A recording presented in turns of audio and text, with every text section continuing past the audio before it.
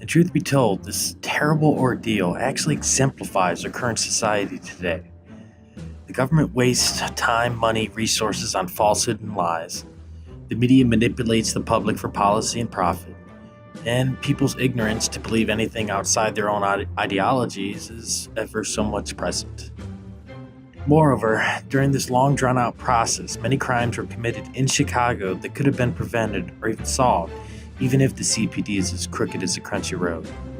Now, as for Mr. Smollett, he seems to have a guardian angel somewhere in the CPD or Cook County Attorney's Office because anyone who knows anything about the law will tell you how odd their handling of this case has been.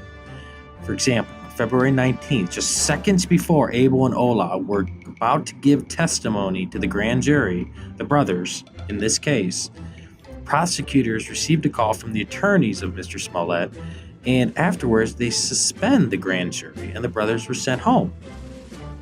People, this rarely happens, even in highly public cases such as this, and this is just one of many, many strange lapses in standard procedure involved in this case. Furthermore, right now, Jussie's attorney are putting together a defense that includes psych evaluations, written statements of previous abuse, and how he had become a drug addict and confused with his fictional life and empire with his real life.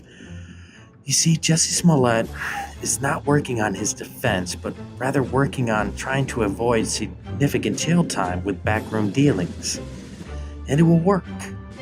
He will get a suspended sentence on the condition of maybe 6 months in inpatient drug mental health rehab center, community service, and a huge fine that will be ciphered from his gratuity checks from Empire for a long time. This is exactly what's going to happen.